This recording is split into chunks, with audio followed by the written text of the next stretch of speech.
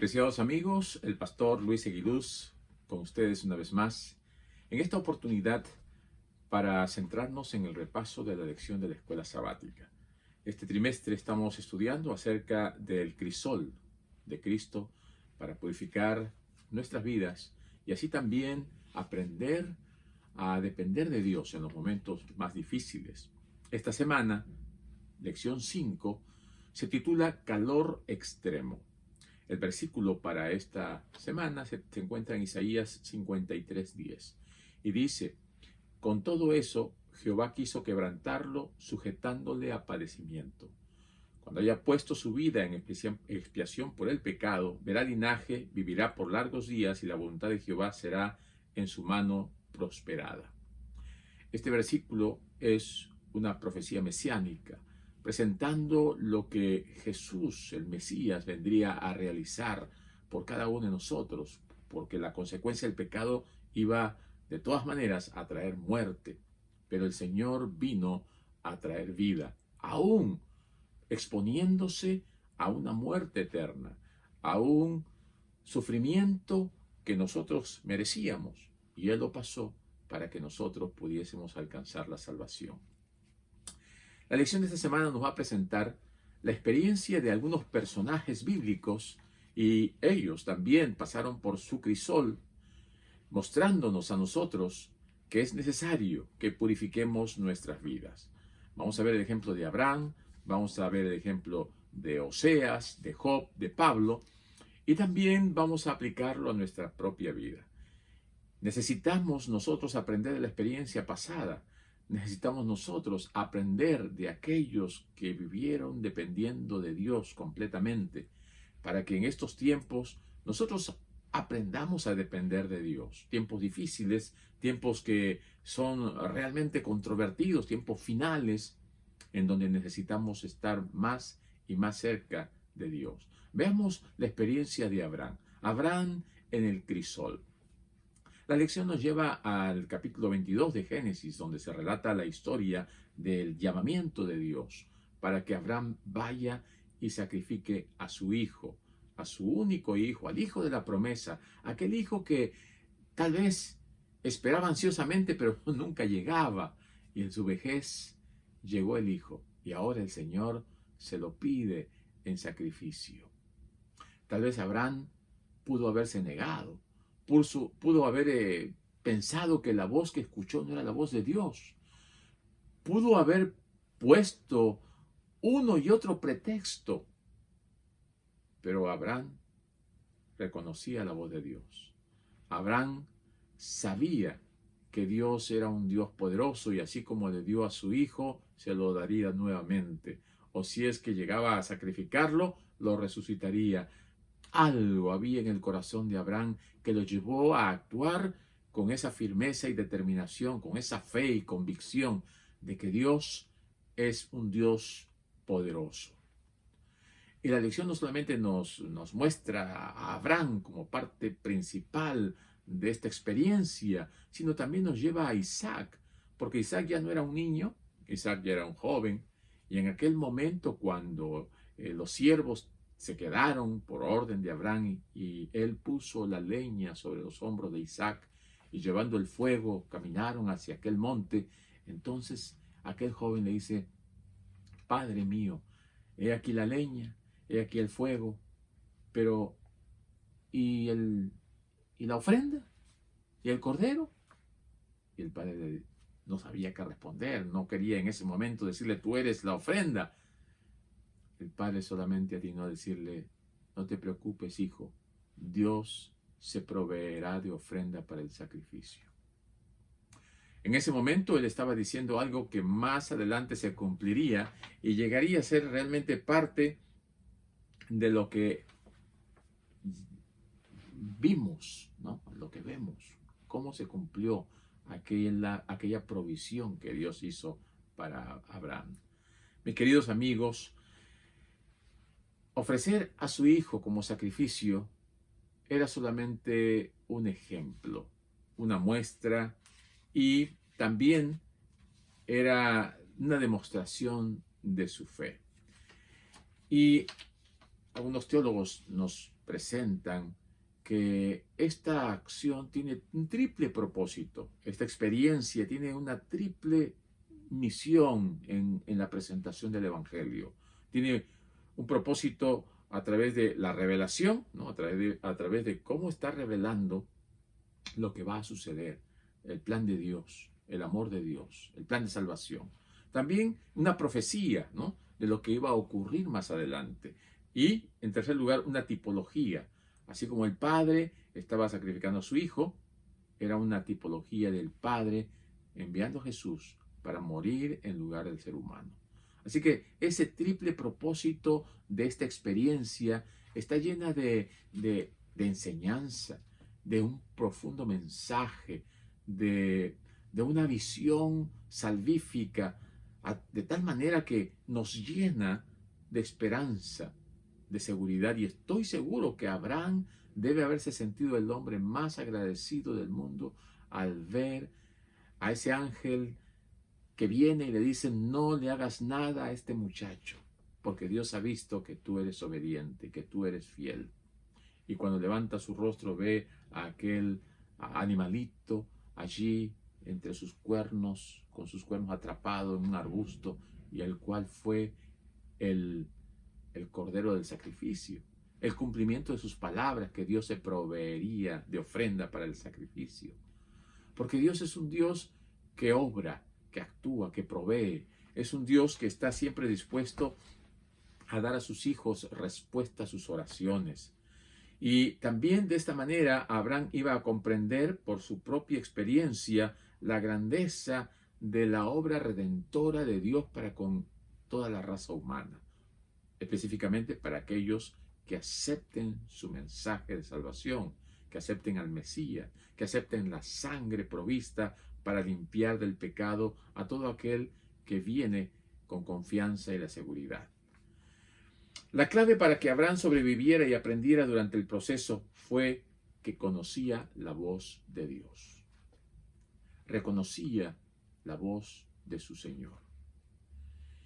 Y haciéndole una aplicación para nosotros, mi querido amigo que escuchas. ¿Has llegado a reconocer la voz de Dios? Cada vez que tienes un momento en el cual te acercas a la palabra, oras a Dios, ¿estás escuchando su voz? ¿Estás reconociendo la voz de Dios cuando Él te indica lo que debes hacer? Cuando Él te indica la decisión que debes tomar, cuando Él quiere mostrarte el camino por el cual tú debes andar. Yo te animo a que tengas esa experiencia personal con Dios, que aprendas a escuchar y a reconocer la voz de tu Dios, de tu Señor, porque de esta manera estarás caminando ciertamente en el camino que te llevará a la salvación. Escuchar la voz de Dios, como lo hizo Abraham, fue vital para esa experiencia de fe. El otro personaje que nos lleva a reconocer que Dios actúa de una manera directamente hacia la salvación del ser humano es Oseas. Cuando Israel se había rebelado, cuando Israel había apostatado, cuando se había ido tras otros dioses, tras otros ídolos, ¿no? Dios utiliza ese símil entre el esposo y la esposa para mostrar el amor de Dios a su pueblo. Y Dios se considera el esposo y el pueblo de Israel la esposa. Y entonces trata de ilustrar mostrando que esa esposa se había prostituido, se había ido tras otros hombres, ¿no? Se había ido al mundo. Y entonces llama a Oseas para que recupere a su esposa y le muestre nuevamente su amor. Y para que el pueblo vea que eso es lo que Dios quería hacer con su pueblo, rescatarlo y mostrarle su amor. Dios muestra a Israel como a una mujer adúltera. Oseas 22:3 lo muestra allí claramente. Dice: la haré volver. Ella no reconoció a su marido, o sea, no reconoció a Dios. Y De esta manera, Oseas tiene que persistir, así como Dios persiste, como Dios está detrás. Ahora, esta historia plantea dos cuestiones importantes sobre la forma en que experimentamos a Dios cuando Él nos guía al arrepentimiento. En primer lugar, corremos el riesgo de no reconocer que Dios está obrando. Cuando Israel pasó por esas experiencias tan duras y dolorosas, probablemente les haya resultado difícil reconocer que su Dios estaba obrando para su salvación. No se daban cuenta. Estaban cegados por las cosas que hacían, por el pecado en el cual estaban envueltos. En segundo lugar, corremos el riesgo de malinterpretar a Dios cuando Él obra. Nos equivocamos a veces y juzgamos a Dios. Y pensamos que las cosas que nos están pasando es porque Dios nos ha abandonado, porque Dios nos ha puesto en una situación incómoda, cuando, por el contrario, todo lo que sucede por nuestras propias decisiones, por aquello que nosotros hemos decidido o hemos elegido hacer. Imagínense que hasta los hijos de Oseas, ¿verdad?, tuvieron nombres muy llamativos. Uno se llamó Tú eres pueblo mío, Lo Ruhama, y el otro Dios mío, Lo Ami. Con esto Dios quería mostrarle, cada vez que Oseas llamaba a su hijo, ¿no?, Tú eres pueblo mío, la gente, el pueblo estaba escuchando, ¿no? Tú eres pueblo mío. Y ellos también tenían que, de una manera consciente o inconsciente, o tal vez como si fuese un mensaje subliminal, hacerles notar que ellos seguían siendo pueblo de Dios. Y que nosotros debíamos responder, este es nuestro Dios, Dios mío, a ti tengo que volver. Dios utiliza a Abraham, Dios utiliza a Oseas, pero también encontramos otra experiencia, ¿no? Así como el Israel rebelde, Dios trata de volverlo a encauzar. Encontramos también la experiencia ya no de la familia como Abraham y su hijo, ya no de la experiencia de la nación como el Israel rebelde, sino de ahora de un hombre en su vivencia personal, en su relación con Dios, que aparentemente estaba bien. Era un hombre idóneo para caminar en los caminos del Señor, pero también pasa por un crisol. Ahora, ¿cómo es en el caso de Job su experiencia, su crisol? Él era fiel a Dios. Allí en el libro de Job nosotros podemos encontrar en el capítulo 1 y en el versículo 6 que nos dice que era un hombre fiel, apartado del mal, temeroso de Dios, era un hombre íntegro, pero aún así tuvo que pasar una dificultad tan grande. Miren lo que dice el capítulo 1, versículo 6. Un día vinieron a presentarse delante de Jehová los hijos de Dios, entre los cuales también vino Satanás, ¿no? Y dijo Jehová a Satanás, ¿de dónde vienes? Respondiendo Satanás le dijo, de rodear la tierra y de andar por ella. Entonces Dios le dijo a Satanás, ¿no has considerado a mi siervo Job, que no hay otro como él en la tierra, varón perfecto y recto, temeroso de Dios y apartado del mal? Miren ustedes, mis queridos amigos, mis hermanos, aquí quien está dando la referencia de Job es Dios mismo. Lo que Dios pensaba de Job era tremendamente excelente. Y yo podría preguntar, ¿qué piensa Dios de mí? ¿O qué piensa Dios de ti? ¿Qué podría decir Dios de ti o de mí frente a Satanás? ¿Somos perfectos? ¿Somos apartados del mal? ¿Somos temerosos de Dios? ¿Andamos en integridad o no? Es una situación en la cual vemos a este hombre fiel siendo ahora permitido por Dios para que Satanás lo tiente, para que Satanás lo zarandee, para que Satanás lo pruebe. Dios quería mostrarle a Satanás que hay hombres y mujeres fieles en esta tierra que adoran a Dios. Y tú y yo somos llamados a ser fieles, pase lo que pase, venga lo que venga, fieles e íntegros, y podamos ser fieles en lo bueno y en lo malo, en la prosperidad y en la adversidad, para que Dios sea alabado.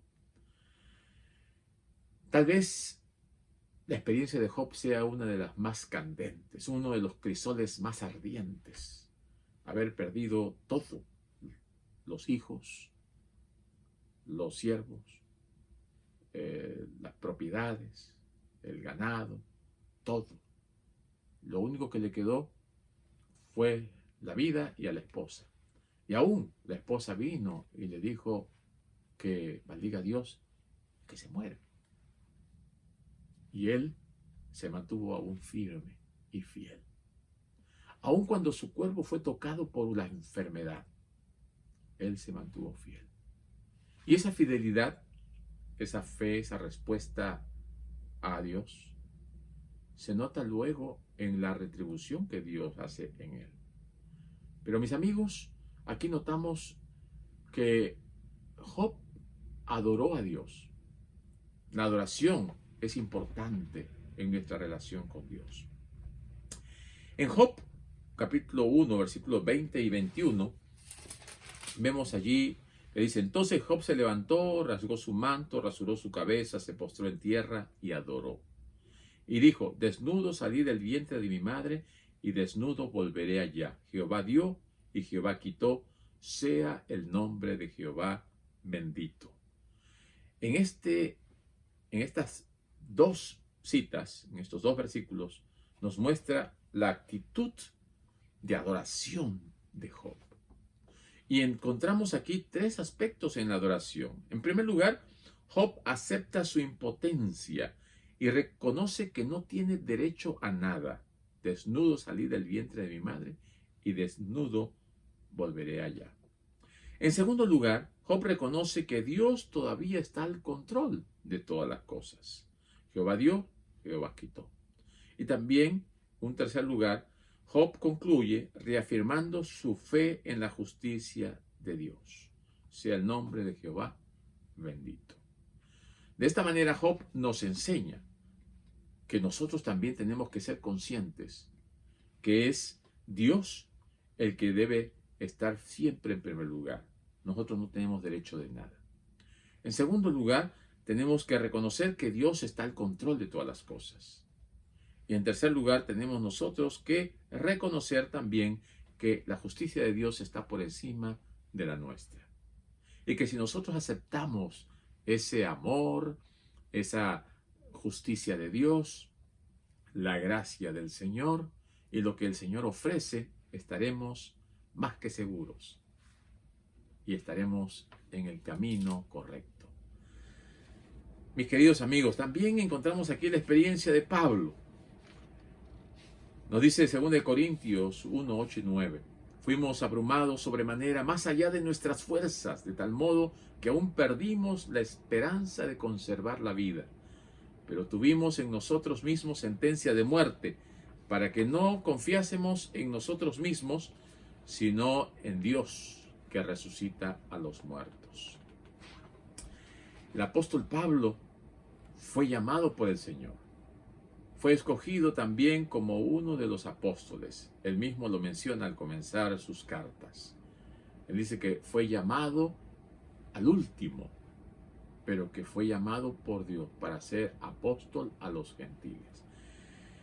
Y él aprende a depender de Dios y a comprender que las cosas que pasan y que las cosas que suceden son parte del crisol de la vida, de la enseñanza que Dios quiere para cada uno de nosotros. Por intermedio de nosotros, Dios quiere atender a quienes están heridos. Esto significa que, primero, puede permitirnos experimentar el mismo tipo de heridas para que nosotros podamos ofrecer aliento, compasión y el consuelo de Dios, no desde la teoría, sino desde la experiencia. Cuando nosotros pasamos por aquellas circunstancias difíciles, podemos hablar con autoridad. Aun cuando estamos en lo más hondo, el Padre todavía puede intervenir para brindar compasión y consuelo. Mientras Pablo sigue poniendo su vista en proclamar el Evangelio, sabe muy bien que Dios lo rescatará en el futuro. La capacidad de Pablo para mantenerse firme se basa en tres cosas que también están registradas allí en 2 de Corintios capítulo 1, versículos 10 y 11. En primer lugar, el historial comprobado de Dios. Nos libró y nos libra. En segundo lugar, la determinación de Pablo de fijar su atención en Dios, en quien esperamos que aún nos librará. Y en tercer lugar, la intercesión continua de los santos, cooperando también en favor por medio de la oración. Es interesante cómo Pablo nos muestra que Dios está también ayudándonos, continúa ayudándonos así como Él lo hizo y lo continuará haciendo aún después. El Ellen G. White reúne los dos propósitos del mandato de Dios. Ella nos dice que Dios quiere grabar en nuestras mentes la realidad del Evangelio y también quiere probar nuestra fe. Dios quiere probar nuestra fe, nuestra fidelidad. Así que por esta razón pasamos por ese calor extremo. La lección del día jueves nos llama la atención a este punto. Mientras vivamos en esta tierra llena de pecado y de dolor, entenderemos solo un poco de por qué suceden las cosas. Cuando estemos frente al Señor podemos preguntarle: Señor, ¿por qué sucedió esto? ¿Por qué ocurrió esto? Ahora no podemos entender todas las cosas. Y asegura, allí como nos menciona el Salmo 23, que cuando lleguen los tiempos difíciles el pueblo de Dios no tiene por qué sentirse abrumado. Debe tener la seguridad de que Dios está con él. El Salmo 23 nos dice: aunque ande en valle de sombra de muerte, tú estarás conmigo. Y tal vez, mi querido hermano, tu crisol sea más fuerte que el mío, pero ten la seguridad de que Dios está acompañándote, que Dios está a tu lado. Y ten presente que Dios quiere perfeccionar tu carácter. Y Dios quiere que nuestro carácter sea semejante al de Cristo. Todos pasamos por un crisol, es cierto. Y podemos resumir lo que hemos aprendido acerca de los crisoles de Dios de tres maneras. En primer lugar, el calor extremo de Dios no nos destruirá a nosotros, sino al pecado. Dios ama al pecador, pero odia el pecado. Y Dios quiere quitar el pecado de tu vida. Déjate trabajar por el Señor en sus manos. En segundo lugar, el calor extremo de Dios no es para hacernos miserables, sino para purificarnos, según fuimos creados originalmente y según seremos restaurados cuando Cristo venga a esa gloria original.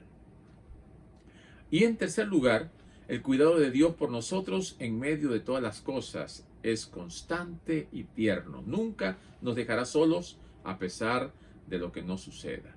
Dios ha prometido que Él estará con nosotros. Así como el Padre se compadece de sus hijos, se compadece Jehová de los que le temen, ¿verdad? Salmo 103, 13 y 14 nos da esa seguridad, nos mantiene con esa confianza de que el Señor está a nuestro lado como un padre está al lado de sus hijos. También el Señor nos prometió en Mateo 28 que Él estaría con nosotros todos los días hasta el fin del mundo. Así que el crisol es necesario, pero también la presencia de Dios a nuestro lado es necesaria y vital. Y nosotros tenemos que ser conscientes de que el Señor está a nuestro lado. Dios probó siempre a su pueblo en el crisol de la aflicción. Es en el fuego del crisol donde la escoria se separa del oro puro, ¿no?, del carácter cristiano.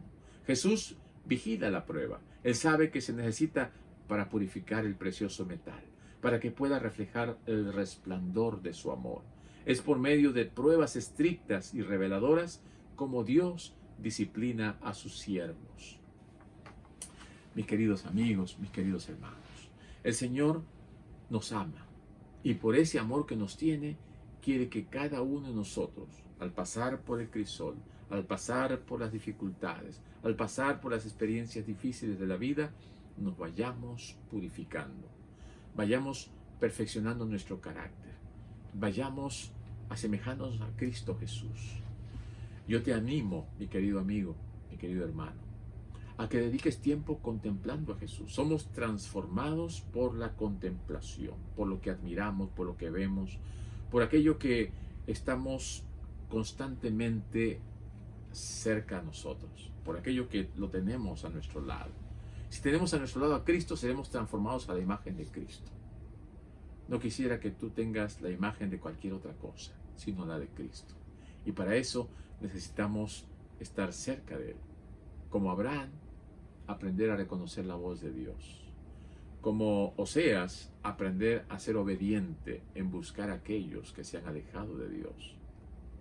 También, como Job, adorar a Dios de la forma correcta, reconociendo que Él es el único digno de toda adoración y que debemos nosotros ser conscientes de nuestras limitaciones y que Él puede hacer en nosotros lo que nosotros no podemos hacer por nosotros mismos. Y como Pablo, ¿no?, que aunque vengan las dificultades y él pasó por naufragios, por apedramientos y por un montón de situaciones difíciles, él sabía que su Redentor vive y que su Redentor un día lo levantaría y que él estaría a salvo porque el Señor lo llamó para cumplir una misión y aunque tenía un aguijón de la carne, él sabía en quién había confiado. Y Pablo nos muestra que cuando el Señor venga, resucitará a sus hijos, a todos los que estén dormidos en Cristo. Y esa promesa es la que debe mantenernos firmes cada día. Mi querido amigo, mi querido hermano, si estás pasando por el crisol, da gloria a Dios. Y si sientes que todavía hay situaciones en las cuales tú no te sientes conforme, pídele a Dios que te dé contentamiento y que Él se manifieste en tu vida. Que el Señor te bendiga, que el Señor te acompañe y que tengas una bendecida semana.